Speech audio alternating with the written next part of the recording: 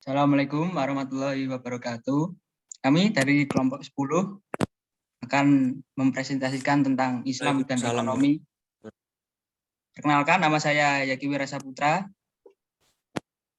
Nama saya Olga Filijuita. Nama saya Putra Mahendra.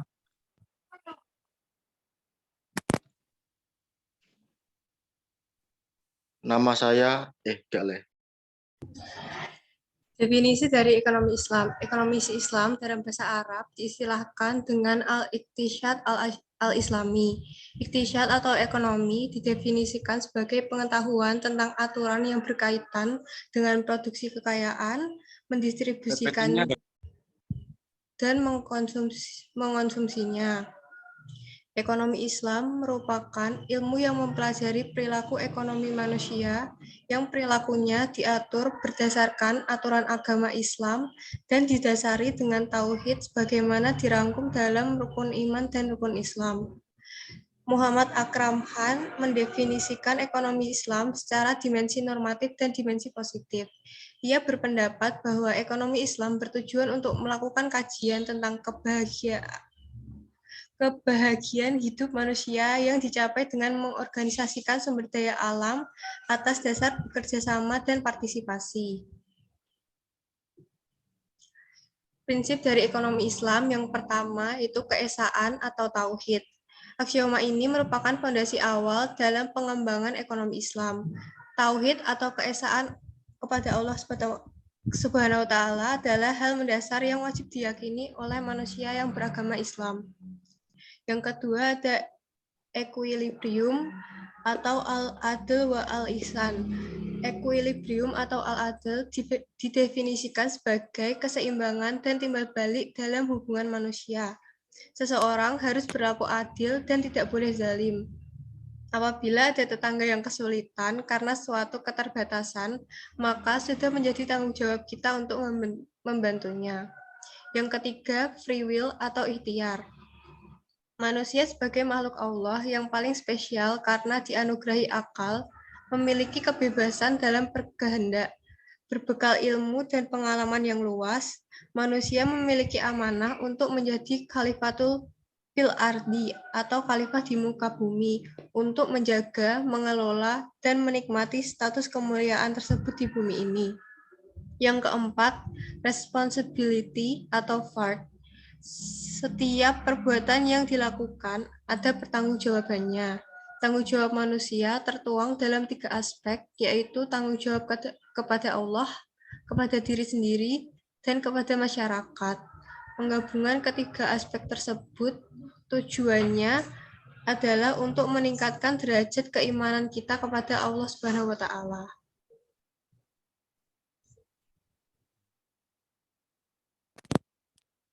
Ciri-ciri ekonomi Islam. Ekonomi Islam pengaturannya bersifat ketuhanan atau ilahiyah, mengingat aturan tidak diterapkan oleh manusia, tetapi didasarkan pada aturan-aturan Allah Subhanahu wa Ta'ala. Di dalam Islam, ekonomi hanya satu titik bagian dari Islam secara keseluruhan. Tidaklah mungkin memisahkan ekonomi Islam dari rangkaian aturan Islam seluruh yang bersifat untuk menyeluruh. Berkarakter taat budi, setiap ketaatan itu merupakan bentuk ibadah kepada Allah Subhanahu wa Ta'ala. Begitu pula ketaatan dalam penerapan aturan-aturan ekonomi Islam merupakan bentuk ibadah kepada Allah Subhanahu wa Ta'ala. Terkait erat dengan akhlak, di dalam Islam kegiatan ekonomi tidak boleh terlepas dari kendali akhlak yang merupakan bagian yang tidak terpisah dari ajaran Islam. Objektif, Islam mengajarkan untuk senantiasa bersikap objektif dalam melakukan aktivitas ekonomi tanpa boleh membeda-bedakan berdasarkan ras, golongan, warna kulit, maupun agama. Ekonomi Islam berdimensikan akidah, mengingat ekonomi Islam itu lahirnya dari akidah Islamiyah yang di dalam akan dimintakan pertanggungjawaban mengenai akidahnya.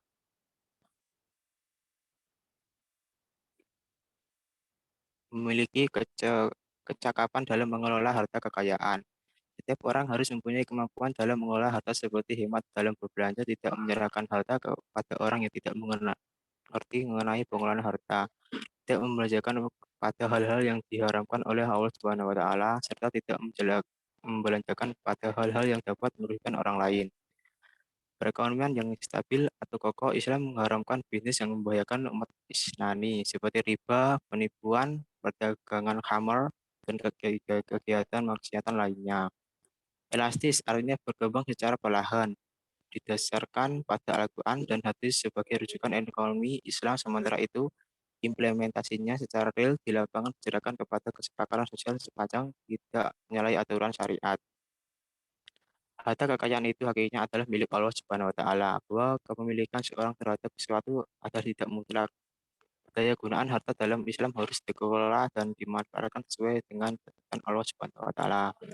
Perekonomian yang berimbang, Islam mempunyai tujuan untuk mewujudkan perekonomian yang seimbang antara kepentingan individu dan kepentingan sosial, kepentingan dunia dan kepentingan akhirat, serta keseimbangan antara kebutuhan fisik, biologis, dan kebutuhan psikis rohania.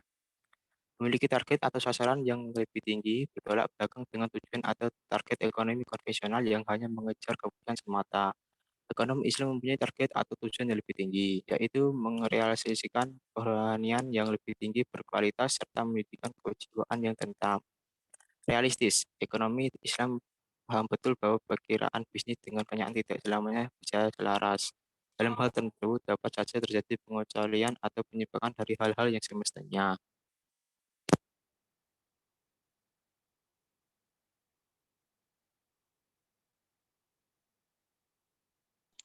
Karakteristik ekonomi Islam bersumber dari Tuhan.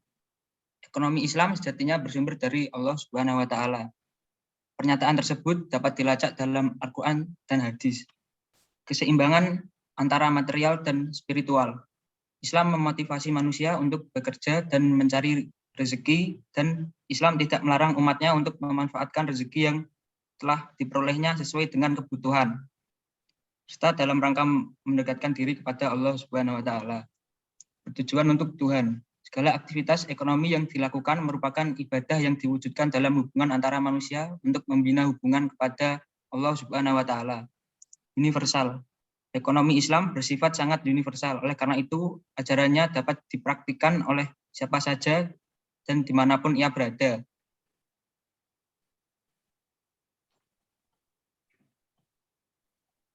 Kontrol di dalam dan di luar. Ekonomi Islam menyertakan pengawasan bagi setiap manusia, mulai dari diri masing-masing dan pengawasan dari luar, melibatkan institusi, lembaga, dan lain-lain. Keseimbangan antara kemaslahatan individu dan masyarakat. Ekonomi Islam bertujuan untuk menciptakan kesejahteraan masyarakat, namun kesejahteraan masyarakat belum bisa tercapai sebelum tercapainya kesejahteraan masing-masing individu dalam masyarakat. Realistis. Ekonomi Islam bersifat realistis karena sesuai dengan kondisi nyata masyarakat. Ekonomi Islam mendorong tumbuhnya usaha kecil dan mengadopsi segala sistem yang ada dengan catatan harus dihilangkan secara aspek keharaman di dalamnya. Penggabungan antara yang tetap dan yang lunak. Hal ini berkaitan dengan hukum Islam. Keharaman yang ditetapkan oleh Islam dalam aktivitas ekonomi merupakan suatu kepastian.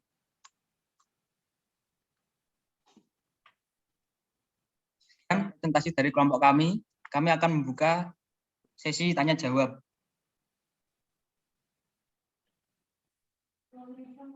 Silakan Mas Haji.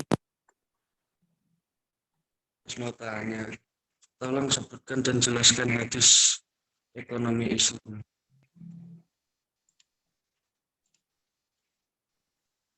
Ya, sebentar.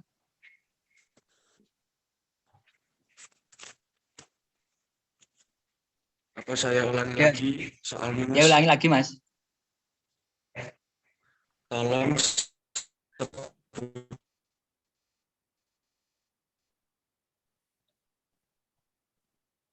tolongkan dan jerami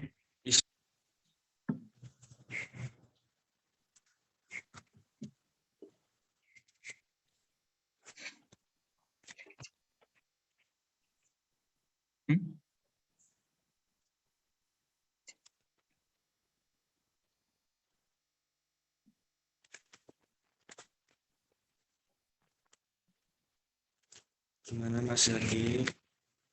Ulangi Mas Sudah Haji. jelas. Nge-lag Mas Haji. Nge-lag. Sebutkan dan jelaskan hadis ekonomi Islam.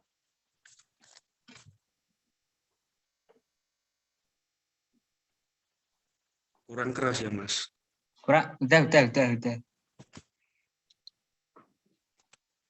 Mas Agung, monggo ditambahin malih.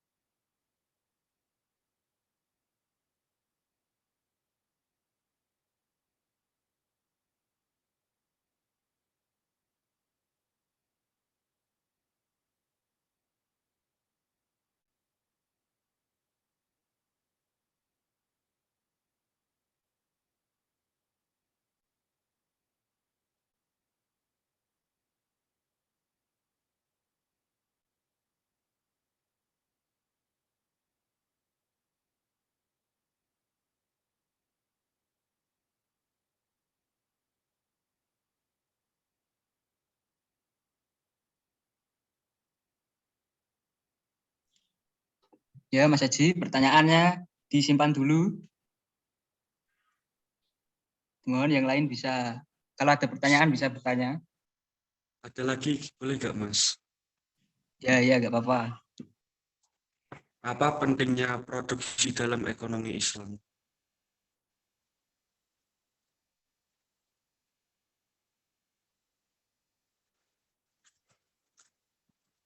Pak Mas Haji?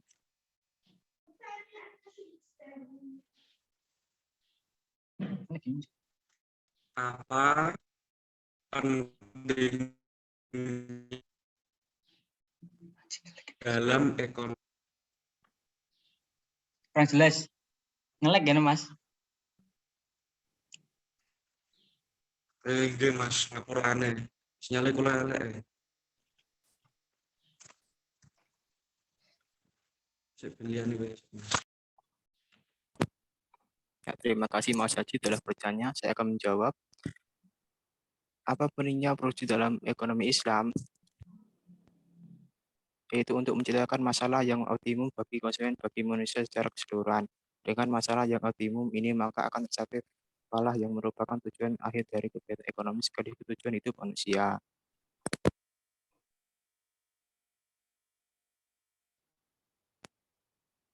Masih kurang jelas Mas Haji?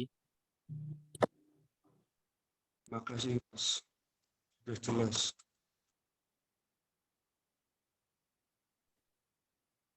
Apakah ada Yang pertanyaan lain? hadisnya itu Untuk hadisnya, Ya, itu bisa jawab. pertanyaan yang pertama tadi ada dari hadis riwayat Al-Bukhari yang berarti dan diceritakan dari Ibnu Umar radhiyallahu anhu dari Rasulullah SAW bersabda, jika ada dua orang yang saling berakad jual beli, masing-masing mereka mempunyai hak memilih selagi belum berpisah semuanya atau salah satu dari keduanya memilih yang lain.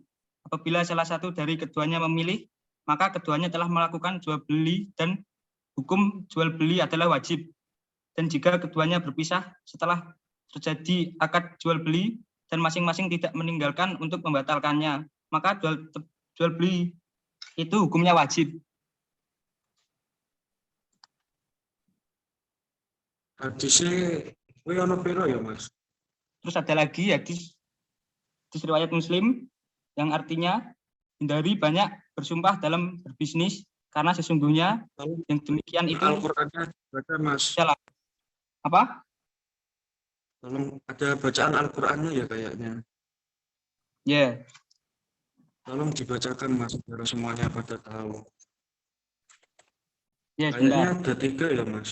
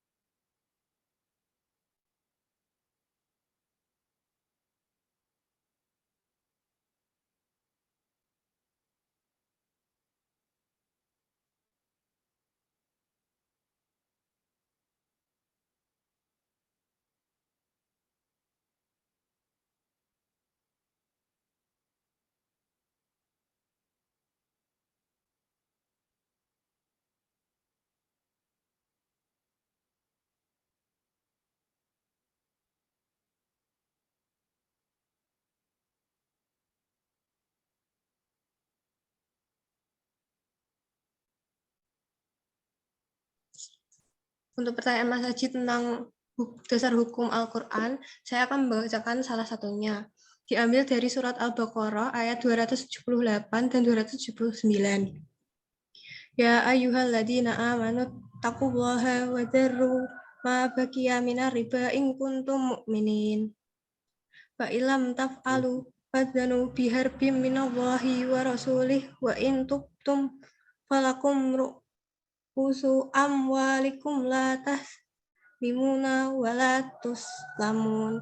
Yang artinya, wahai orang-orang yang beriman, bertakwalah kepada Allah dan tinggalkan sisa riba yang belum dipungut jika kamu orang beriman.